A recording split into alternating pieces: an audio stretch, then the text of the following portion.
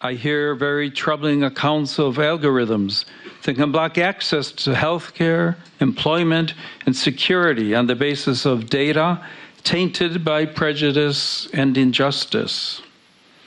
And I've heard the silence of those who have no voice when decisions are made. Decisions likely to generate new forms of exclusion and suffering. From this listening, matured a disturbing conviction expressed in Magnifica Humanitas. Artificial intelligence needs to be disarmed.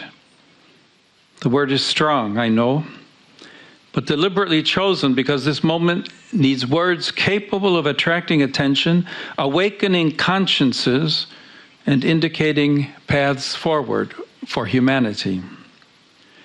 The Church has long been working for nuclear disarmament, aware that every great technical power can affect people's lives, and so must be accompanied by adequate moral discernment and public control. Pemirsa, itulah tadi pernyataan yang disampaikan oleh Paus Leo ke-14 berkaitan dengan adanya artificial intelligence, di mana keberadaan kecerdasan buatan atau artificial intelligence ini tidak hanya hadir sebagai wujud baru teknologi, tetapi juga menimbulkan disrupsi yang mengguncang sektor lapangan pekerjaan dan mungkin juga peradaban manusia. Dan dalam kajian sosial dan teologis, Paus Leo ke-14 ini menyoroti fenomena ini, dan ini akan menjadi fakta ulasan kami dalam fact check kali ini, pemirsa. Kita awali dari slide yang pertama. Jadi perhatian terhadap perubahan disrupsi sosial akibat artificial intelligence ini menjadi perhatian Paus Leo ke-14 yang dituangkannya dalam encyclical letter, atau dalam bahasa Indonesianya disebut sebagai surat ensiklik. Nah, surat ini, pemirsa, adalah surat pastoral resmi yang ditulis oleh Paus untuk seluruh jemaat Katolik di seluruh dunia, para uskup atau mungkin umat manusia pada umumnya.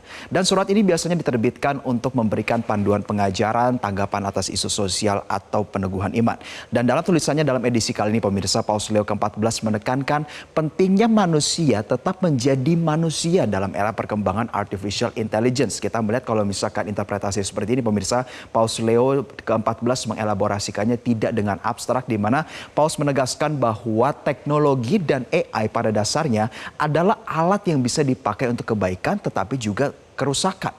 Masalah utamanya ini bukan sekedar teknologinya, melainkan siapa yang menguasainya, untuk tujuan apa digunakan, dan apakah diarahkan demi martabat manusia atau hanya keuntungan dan kekuasaan. Dan di sisi lain, Paus Leo ke-14, pemirsa, juga berpandangan tentang korelasi AI dan dunia pekerjaan dengan menaruh perhatian besar pada otomatisasi, pengangguran, pekerja digital, dan eksploitasi ekonomi berbasis AI. Substansinya pentingnya pekerjaan ini, pemirsa, bukan cuma alat untuk mencari uang, tetapi Paus melihat bahwa bekerja adalah bagian dari martabat manusia. Jadi sistem ekonomi ini tidak boleh mengorbankan manusia demi efisiensi. Dan pada prinsipnya AI boleh membantu manusia, tetapi tidak boleh membuat manusia ini tidak berguna. Nah, sebenarnya kalau kita melihat turunan daripada ini, pemirsa, bagaimana sebenarnya fakta dalam hari-harinya?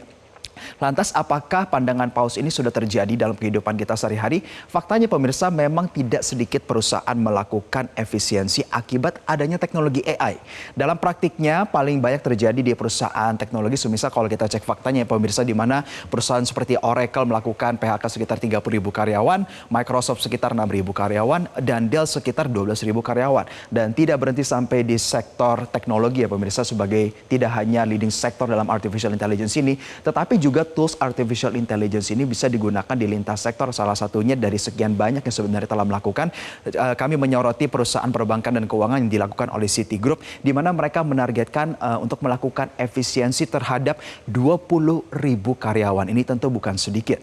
Tapi di sisi lain, dalam slide selanjutnya, pemirsa, faktanya menunjukkan berdasarkan riset yang dilakukan oleh platform media sosial LinkedIn yang biasa kita gunakan untuk mencari pekerjaan, lapangan pekerjaan baru juga berpotensi untuk tersedia. Namun memang diskursusnya masih perlu dibangkan untuk bisa menciptakan ahli. Contohnya, pemirsa, kita melihat bahwa demand terhadap tenaga kerja AI engineer ini mengalami pertumbuhan 143% year on year dalam 2025-2026. Dan juga prompt engineer, pemirsa. Ada sebuah istilah profesi yang disebut sebagai prompt engineer, ya. Dimana kalau kita mengingat prompt itu sebenarnya itu adalah narasi yang kita coba ketik dari aplikasi chatbot artificial intelligence untuk hasil yang kita inginkan, di mana pertumbuhan terhadap demand ahli prompt engineer engineer ini menyentuh angka 777%. Dan juga dalam kaitannya kepada penggunaan AI di sektor pekerjaan di bidang pemerintahan, juga AI Government Officer ini juga mengalami pertumbuhan di 1.257%. Artinya meski terjadi efisiensi dalam sektor-sektor yang mungkin kita anggap secara ini konvensional, tetapi sebenarnya demand baru terhadap lapangan pekerjaan lainnya merupakan permintaan yang terus berkembang. Karena dalam faktanya pemirsa bahwa WEF memproyeksikan 170 juta peran baru akan tercipta secara global pada tahun 2030. Pertanyaannya pemirsa, bagaimana? Apakah Anda masih menggunakan artificial intelligence dalam konteks yang sederhana? Apakah Anda sudah mendapatkan literasi untuk menggunakannya lebih advance dalam kaitannya kepada membantu pekerjaan Anda tidak hanya kepada hal yang dasar, tetapi sudah bisa mengkonstruksikan sebuah prompt dengan output yang mampu mempermudah Anda untuk pekerjaan setiap harinya? Nah, tidak hanya soal ekonomi ya pemirsa, tapi di sisi lain Paus juga menyoroti dampak AI terhadap manusia dari berbagai aspek. Salah satunya yang kami bahas adalah perubahan sosial masyarakat dari perilaku manusia akibat artificial intelligence.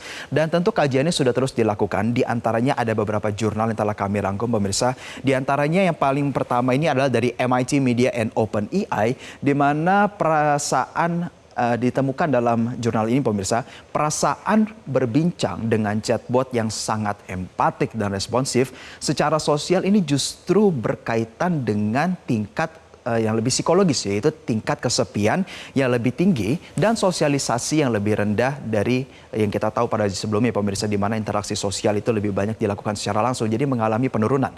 Dan penggunaan harian yang tinggi dengan chatbot yang emosional jauh maupun yang dingin sama-sama berujung kepada dampak yang negatif dari temuan artikel pertama dari MIT Media Lab and OpenAI ini.